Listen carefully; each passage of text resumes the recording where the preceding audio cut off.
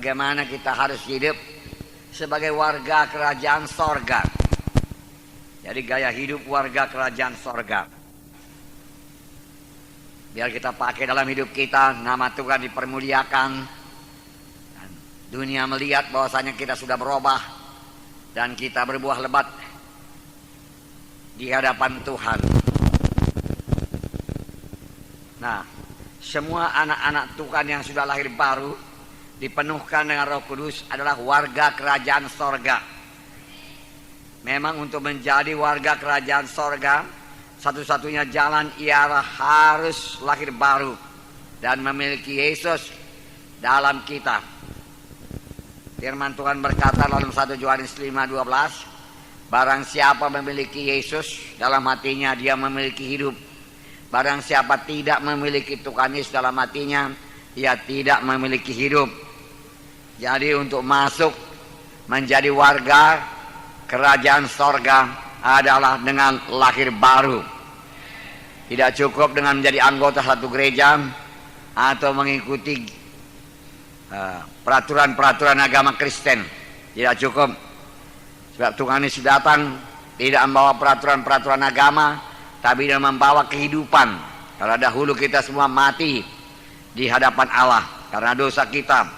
Roh kita menjadi mati dan tidak bisa bersekutu dengan Tuhan. Jangankan masuk kerajaan sorga, bersekutu saja tidak dapat. Oleh sebab itu Tuhan Yesus berkata, kamu harus lahir baru. Yohanes 3 ayat 3-7. Yesus menjawab katanya, aku berkata kepadamu, sesungguhnya jika seorang tidak dilahirkan kembali, ia tidak dapat melihat kerajaan Allah. Kata Nikodemus kepadanya, bagaimana mungkin seorang dilahirkan kalau ia sudah tua? Dapatkah ia masuk kembali ke dalam rahim ibunya dan dilahirkan kembali? Jawab Yesus, aku berkata kepadamu, sesungguhnya jika seorang tidak dilahirkan dari air dan roh, ia tidak dapat masuk dalam kerajaan Allah. Apa yang dilahirkan dari daging adalah daging, dan apa yang dilahirkan dari roh adalah roh. Janganlah engkau heran, karena aku berkata kepadamu, kamu harus dilahirkan kembali. Jadi harus dilahirkan kembali, harus lahir baru. Saya percaya semua kita sudah lahir baru, amin. Kemudian kita masuk dalam gaya hidup warga kerajaan sorga.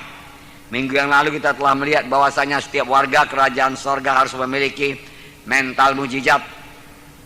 Apakah itu mental mujizat? Suatu cara berpikir baru yang percaya kepada mujizat Tuhan dan mengarah dan berharap pada mujizat Tuhan. Kalau ada persoalan, kita senantiasa berharap mujizat Tuhan berlaku. Kita membuat perhitungan menurut perhitungan kerajaan sorga, bukan membuat perhitungan secara perhitungan manusia. Nanti kita lihat bahwasanya murid-murid gagal menggandakan roti karena mereka membuat perhitungan secara persediaan manusia. Tetapi Tuhan Yesus mengadakan perhitungan menurut persediaan sorga, rumah Bapaknya yang ajaib, yang tidak kurang suatu apapun. Tuhan Yesus memiliki mental mujizat, saudaraku. Mental mujizat memudahkan Tuhan Yesus untuk memiliki iman untuk mengadakan mujizat.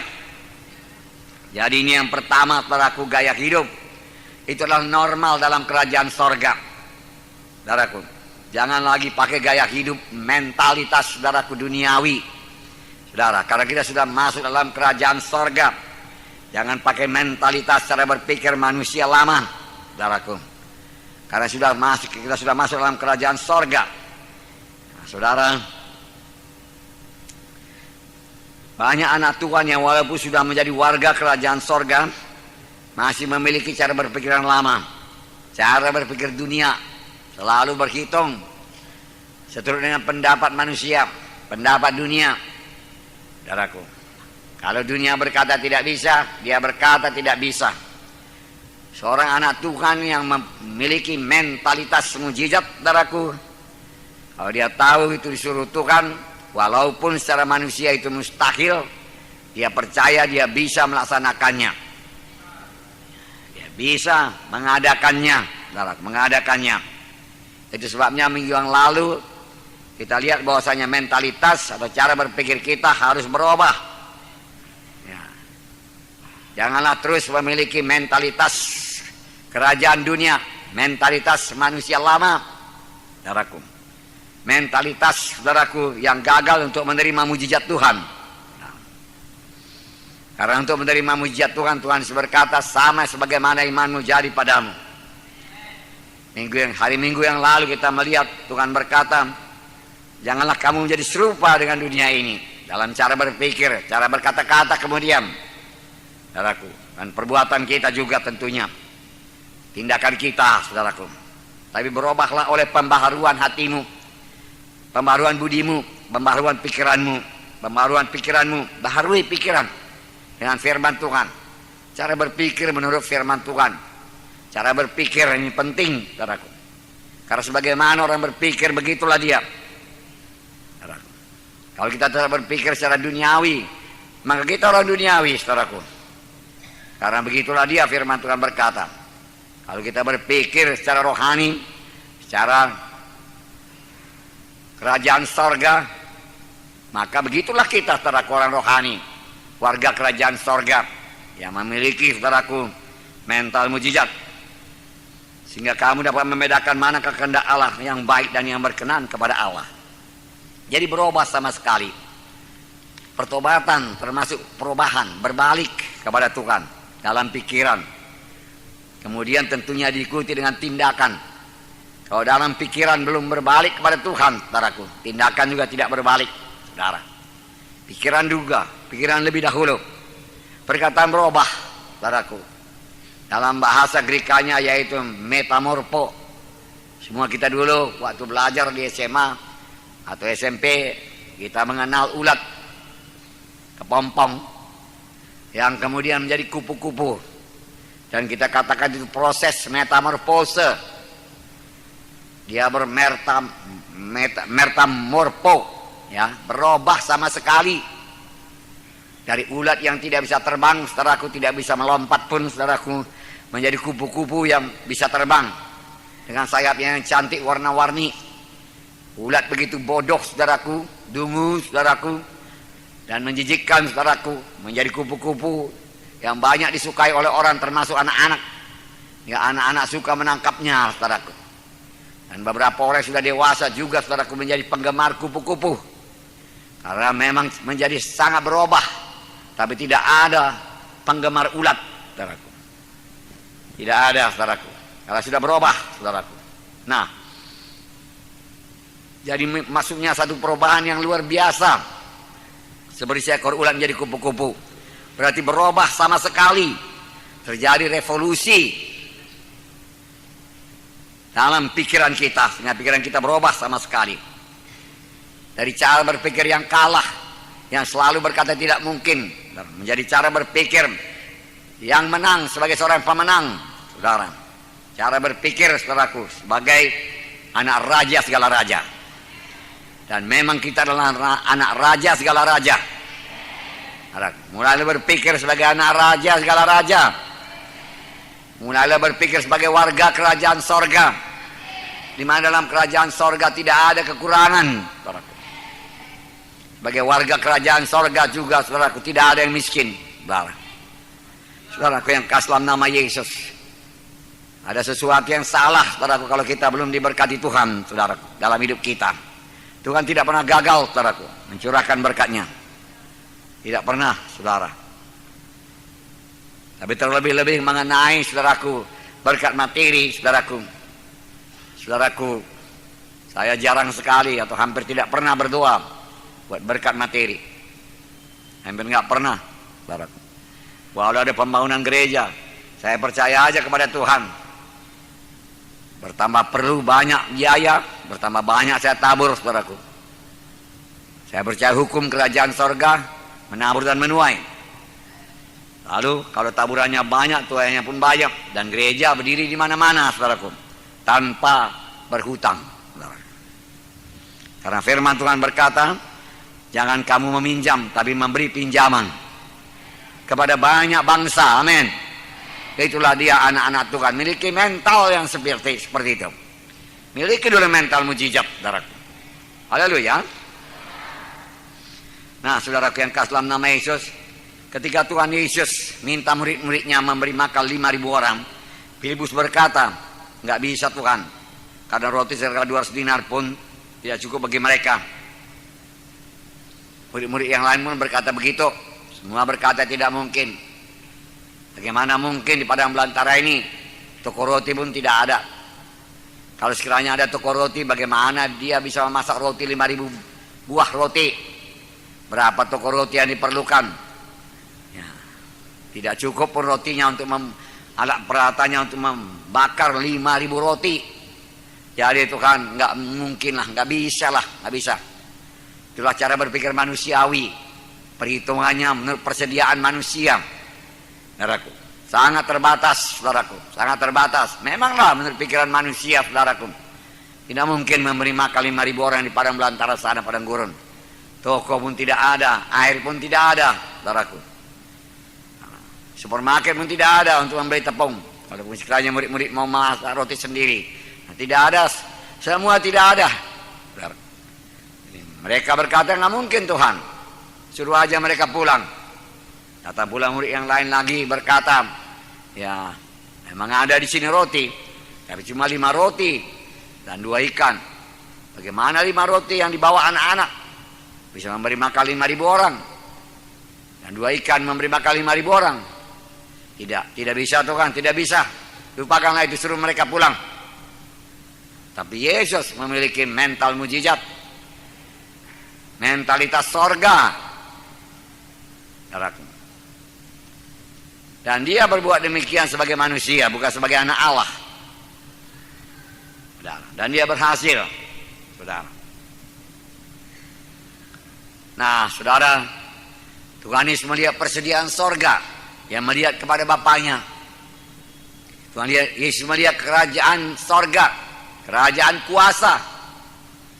Karena kerajaan sorga itu bukan hal makan minum, tapi kuasa. Karena kerajaan sorga itu bukan perkataan, tapi kuasa. Amin. Maka saudara juga dalam melayani, saudaraku, selalu memiliki mental mujizat. Pikiran saudara mengarah kepada kuasa, bukan bicara saja, bukan pidato saja, saudaraku. Berharap kuasa Tuhan bekerja, percaya mujizat Tuhan berlangsung dalam kebaktian. Apalagi ada yang sakit, hari inilah kesembuhannya, sekaranglah kesembuhannya. Aku percaya Engkau sanggup dan mau Tuhan. Aku akan meletakkan tangan kepadanya, karena firman-Mu berkata, tanda saya sebagai orang percaya, saya akan meletakkan tangan atas orang percaya, lalu orang itu akan sembuh. Amin, saudara. Meletakkan tangan atas orang sakit, lalu orang itu akan sembuh. Amin. Haleluya. Nah, karena Tuhan berkata, jadilah kepadamu sama sebagaimana imanmu. Dan Tuhan berkata, pekerjaan-pekerjaan yang aku kerjakan akan kamu kerjakan. Bahkan pekerjaan lebih besar daripada ini akan kamu perbuat, sebab aku pergi pada Bapa.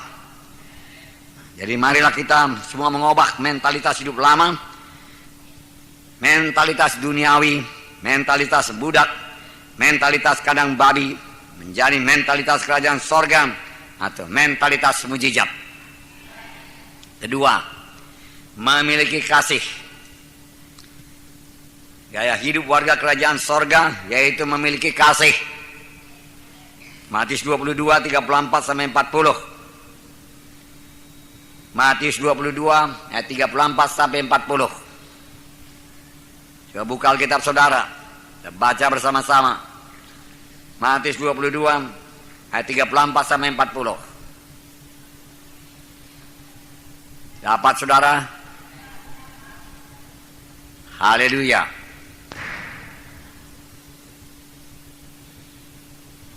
Haleluya.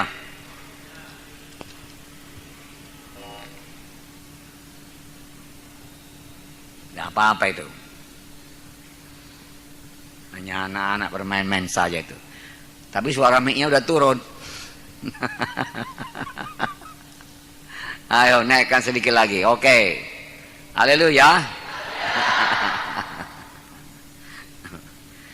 Matius 22, 34 sampai 40. 1, 2, 3. Ketika orang-orang Farisi mendengar bahwa Yesus telah, berkumpullah mereka. Guru, hukum manakah yang terutama dalam hukum Taurat? Jawab Yesus kepadanya, kasihilah Tuhan Allahmu dengan segenap hatimu dan dengan segenap jiwamu dan dengan segenap akal budimu. Inilah hukum yang terutama dan yang pertama. Dan hukum yang kedua ialah kasihilah sama manusia seperti dirimu sendiri. Pada kedua hukum ini tergantunglah seluruh hukum Taurat dan kitab nabi-nabi. Wow, luar biasa. Ada pula ahli Taurat yang bertanya, orang Farisi bertanya kepada Tuhan Yesus.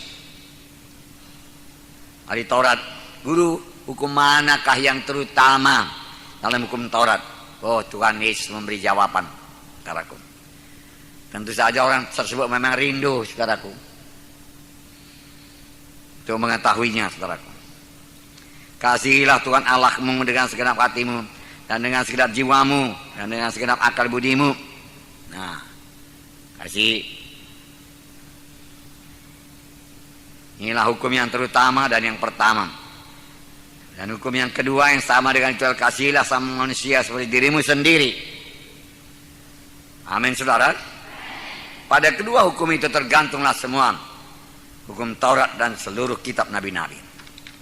Jadi kasih kita yang terutama adalah kepada Tuhan. Jadi kita harus menghormati dan menghargai Tuhan. Itu artinya mengasihi Tuhan, mentaati Tuhan.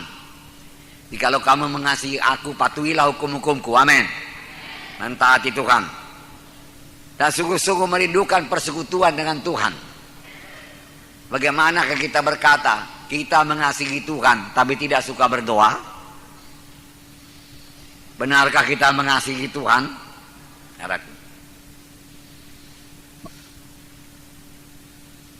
Aneh sekali kalau saudara mengasihi pacar saudara, tapi saudara tidak mau bertemu.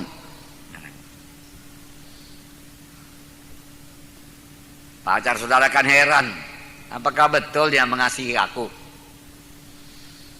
Jadi kalau betul mengasihi Tuhan dengan segenap hati, jiwa, dan roh, saudara, itulah yang terutama, sasaran kasih kita. Karena kasih kita jangan pula kasih kepada orang lain, kepada diri sendiri. Memikirkan diri sendiri, mementingkan diri sendiri. Saudara, kasih itu harus kepada Tuhan, saudara. Terutama kepada Tuhan. Dan suka bersekutu dengan Tuhan. Selama kita di dunia ini, rindu kepada Tuhan.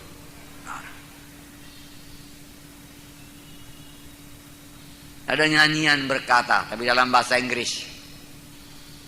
Dia katakan, kalau aku sampai ke sorga, aku akan bertemu dengan Abraham, dengan Ishak, dengan Yakub. Sungguh satu pertemuan yang luar biasa. Boleh berkata-kata dengan dia dan melihat bapa orang percaya. Aku memang rindu bertemu dengan Abraham, Ishak, Yakub. Tapi yang paling kurindukan ialah bertemu dengan Yesus sendiri.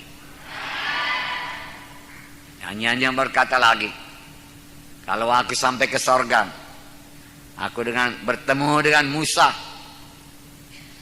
Elia, Elisa, orang-orang beriman luar biasa, dipakai Tuhan luar biasa, sungguh menggemarkan, sungguh menggembirakan.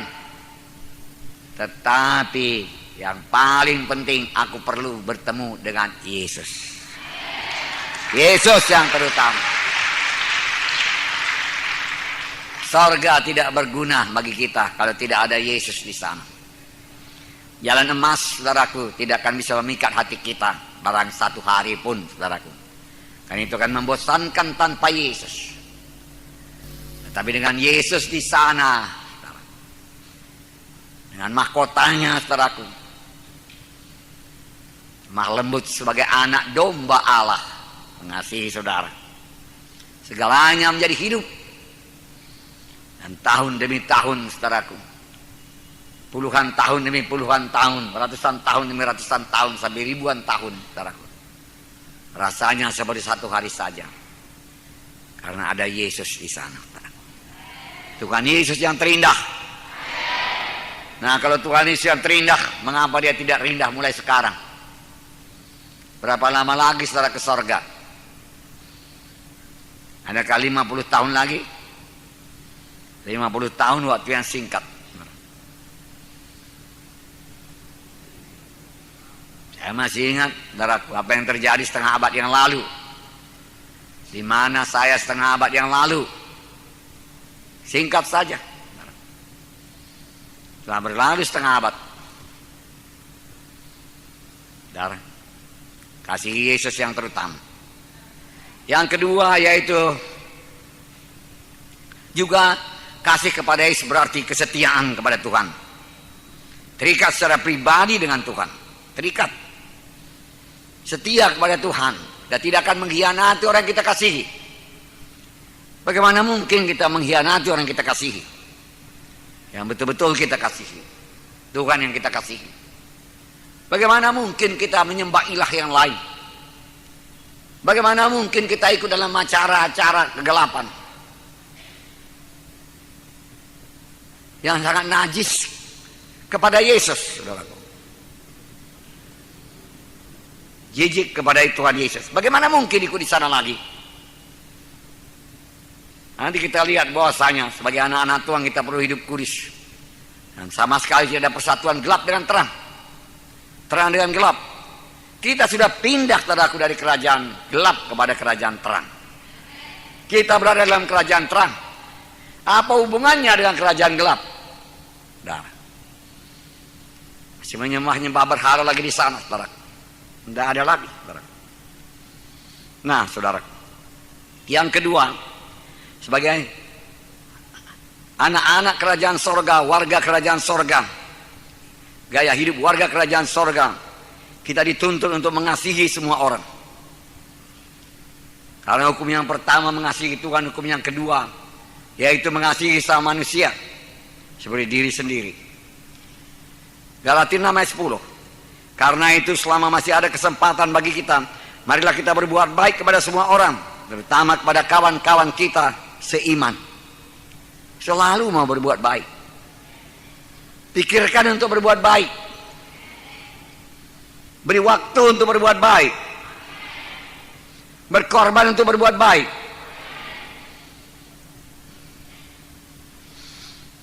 Berkorban untuk menolong. Haleluya. Ini gaya hidup kerajaan sorga. Berkorban untuk menolong. Termasuk mengasihi orang yang memusuhi kita. Matius 5:43-46. Kamu sudah mendengar firman, kasihilah sama manusia dan bencilah musuhmu. Ini perjanjian lama. Tetapi aku berkata kepadamu, Tuhan Yesus berkata, kasihilah musuhmu.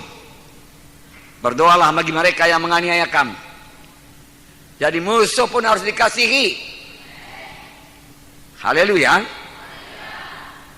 Inilah kasih terhadap sama manusia. Karena dengan demikian kamu menjadi anak-anak Bapamu yang di sorga. Anak-anak warga kerajaan sorga. Yang menerbitkan matahari bagi orang yang jahat dan orang baik. Dan menundukkan hujan bagi orang yang benar dan orang yang tidak benar. Apabila kamu mengasihi orang yang mengasihi kamu, apakah upahmu? Bukankah pemungut cukai juga berbuat demikian? Tapi satu perkara, dalam mengasihi sama manusia, mengasihi semua orang, kita harus menjaga dan tidak boleh kompromi mengenai kekudusan kita sebagai anak-anak Tuhan. Kemudian kita sebagai anak-anak Tuhan, dan kita tetap berpegang kepada standar hidup sebagai anak-anak Tuhan. Dan pula aku mengasihi famili-familiku di kampung, karena dia belum selamat. Maka supaya aku dapat bersaksi kepadanya, biarlah aku ikuti dulu upacara adatnya. Ya ada itu, saudaraku. Itu sudah kompromi. Itu tertipu, saudaraku. Tuhan harus nomor satu. Amin. Dalam mengasihi sama manusia, kita harus mengampuni orang yang bersalah kepada kita. Dalam doa Bapa kami yang diajarkan Tuhan, kita mengatakan, dan ampunilah akan kesalahan kami, seperti kami juga mengampuni orang yang bersalah kepada kami. Jadi apabila kita tidak mengampuni orang yang bersalah kepada kita, maka dosa kita juga tidak akan diampuni Tuhan, sehingga kita lucut daripada keselamatan. Walaupun keselamatan dari Tuhan dan diberikan Tuhan dengan cuma-cuma, keselamatan tersebut dapat hilang karena kita tetap menyimpan dendam dan kemarahan dan tidak bersedia mengampuni orang lain. Haleluya. Tetap menyimpan kemarahan, tetap menyimpan dendam, dan tidak mengampuni orang lain. Tuhan Yesus memberikan satu perumpamaan yang sangat keras mengenai pengampunan. Matius 18, 21 sampai 35. Buka Alkitab saudara. Matius 18 ayat 21 sampai 35. Dapat? Oke. Mari kita baca. Ayat 21. Kemudian datanglah Petrus dan berkata kepada Yesus, Tuhan, sampai berapa kali aku harus mengampuni saudaraku jika ia berbuat dosa terhadap aku? Sampai 7 kali? Yesus berkata kepadanya, bukan, aku berkata kepadamu bukan sampai 7 kali, melainkan sampai 70 kali 7 kali. Sebab hal kerajaan sorga seumpama seorang raja yang hendak mengadakan perhitungan dengan hamba-hambanya. Setelah ia mulai mengadakan perhitungan itu, dihadapkanlah kepadanya seorang yang berhutang 10.000 talenta. Tetapi karena orang itu tidak mampu melunaskan hutangnya, raja itu memerintahkan supaya dijual beserta anak istrinya dan segala miliknya untuk membayar hutangnya. Maka sujudlah hamba itu menyembah dia, katanya, sabarlah dahulu, segala hutangku akan kulunaskan. Lalu tergeraklah hati raja itu oleh belas kasihan akan hamba itu, sehingga ia membebaskan dan menghapuskan hutangnya. Tetapi ketika hamba itu keluar, ia bertemu dengan seorang hamba lain yang berhutang 100 dinar kepadanya.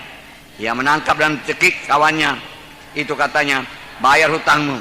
Maka sujudlah kawannya itu dan memohon kepadanya, sabarlah dahulu, hutangku itu akan kulunaskan. Tetapi ia menolak dan menyerahkan kawannya itu ke dalam penjara sampai lunaskannya hutangnya.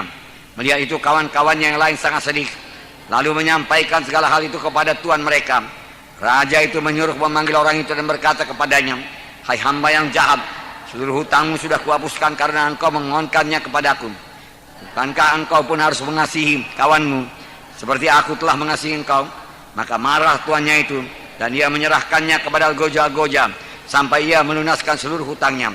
Maka Bapakku yang di sorga akan berbuat demikian juga terhadap kamu, apabila kamu masing-masing tidak mengampuni saudaramu dengan segenap hatimu. Saudaraku, berhutang 10.000 talenta dibandingkan dengan berhutang 100 dinar. Pada zaman Tuhan Yesus, 1 dinar itu adalah upah kerja 1 hari. Saudaraku, 1 hari bekerja, upahnya 1 dinar. Saudara, 1 hari panas dengan bekerja di panas terik kebun anggur 1 dinar. Saudaraku.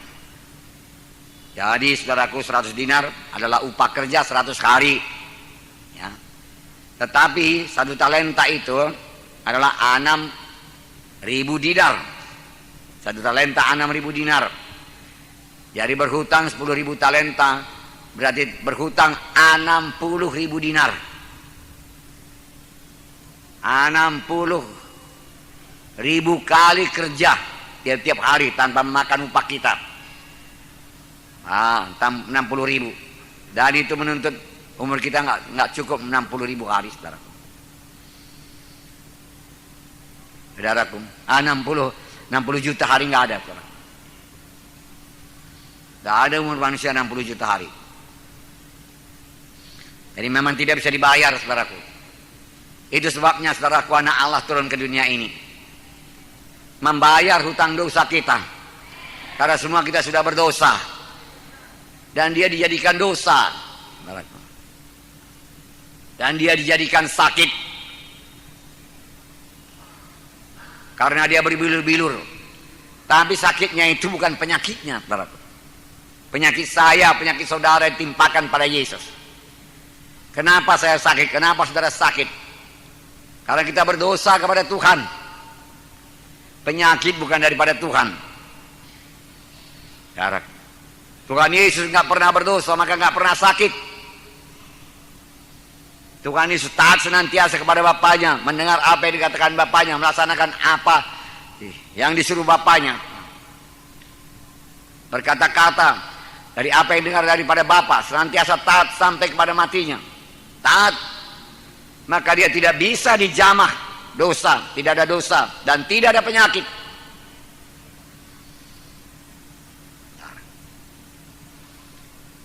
Penyakit datang padaku sebagai akibat dari dosa. Kelemahan datang sebagai akibat dari dosa.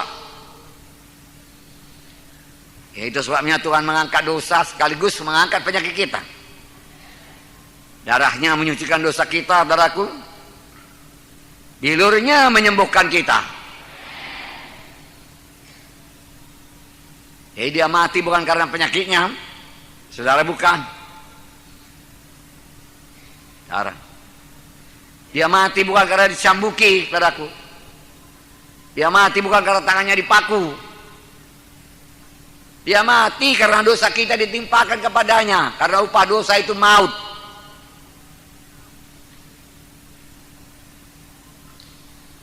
Supaya kita hidup dan menjadi warga kerajaan sorga. Jadi ada pergantian, ada substitusi. Begitulah besarnya saudaraku utang kita yang dibayar oleh Tuhan Yesus. Nggak akan bisa kita membayarnya. Kejujuran kita yang luar biasa sekalipun tidak akan bisa menebus kita yang sudah jatuh mati dalam dosa. Nggak bisa.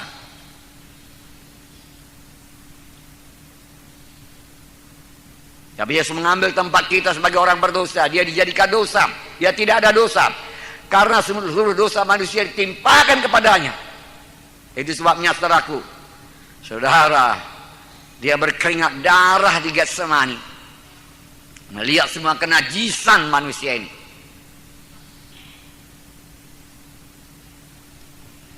Sukakah saudara melihat darah? Banyak orang pingsan melihat darah. Darah manusia. Saudara. Tapi Yesus di Getsemani melihat darah. Darah dosa. Pembunuh. Darah mengalir.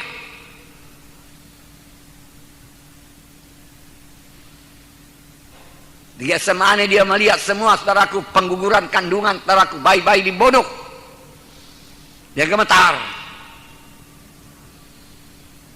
Dia melihat kejahatan yang luar biasa. Dia melihat penipuan yang luar biasa dari cara berpikir yang menjijikkan.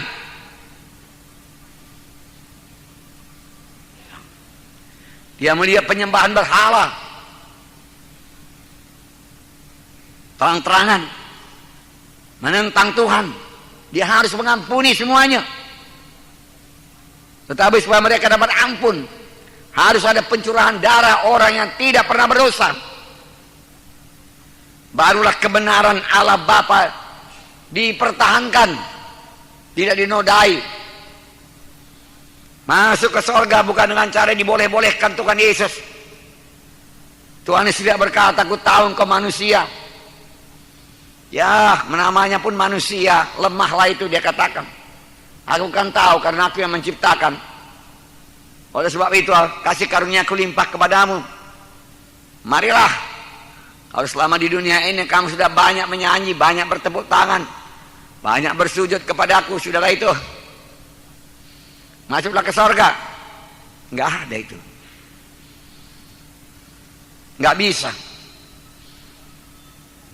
Tuhan Yesus membayar semua utang dosa kita.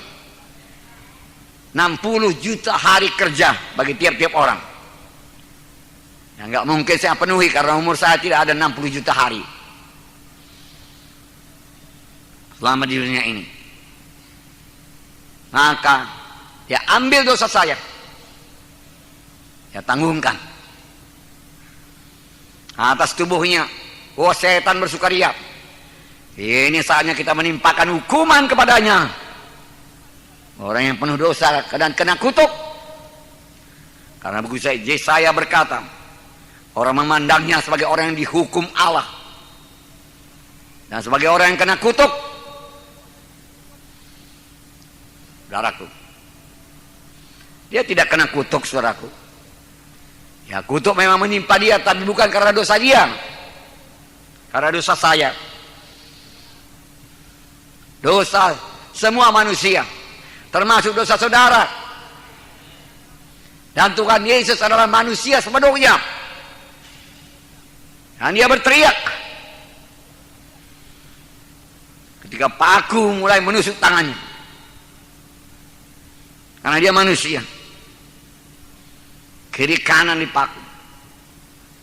Dia berteriak kesakitan ketika cambuk mulai mencambuk daging-daging tubuhnya, saudaraku. Diputuskan hubungan sama lain. Kesakitan yang luar biasa menimpa Yesus. Bukan karena dosanya, tapi karena dosa saya, dosa saudara. Tidak boleh langsung mati. Kalau kursi listrik langsung mati, saudaraku. Beberapa detik mati.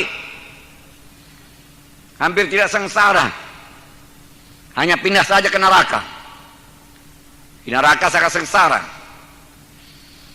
Nah, tapi Tuhan Yesus berjam-jam menderita, membayar hutang kita, saudaraku. 60 juta dinar. Dan dia berkata akhir hidupnya, genap kelunasi Bapa, dia katakan. Genap. Tidak ada yang tidak kelunasi. Maka dosamu yang merah patma sekalipun jadi putih seperti salju, hitam legam sekalipun jadi putih seperti bulu kambing domba. Nah, kalau Tuhan sudah mengampuni dosa kita dengan begitu dahsyatnya,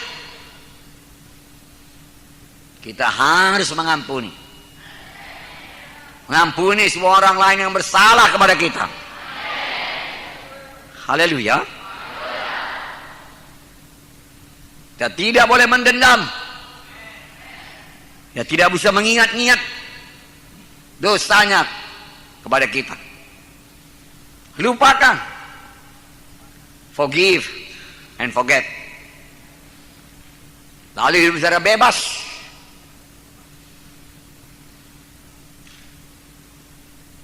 Mengasihi. Haleluya. Mengasihi.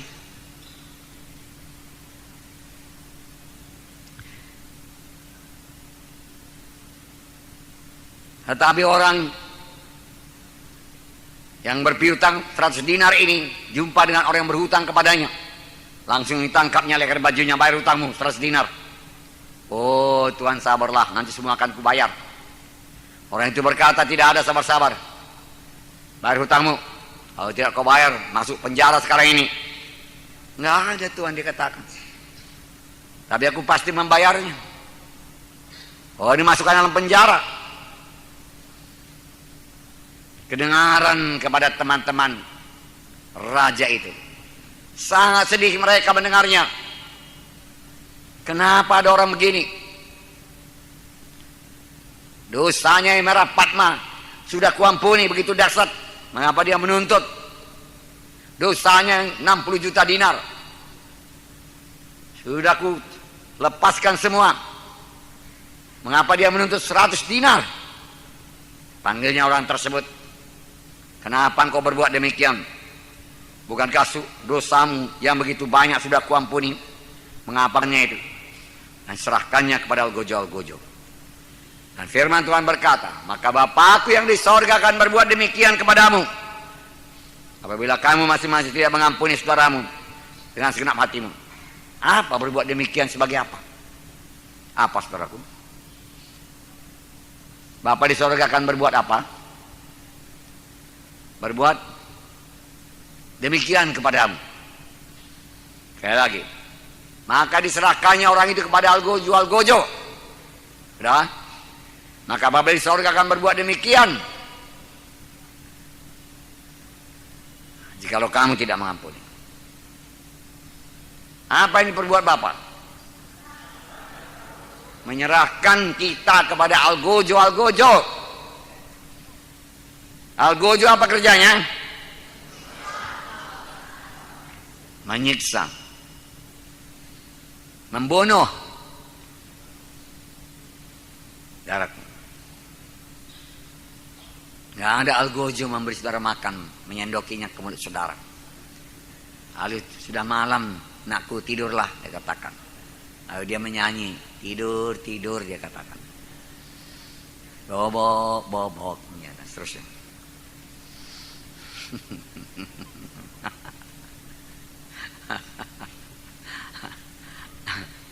Mari semua mengampuni, amin. Haleluya.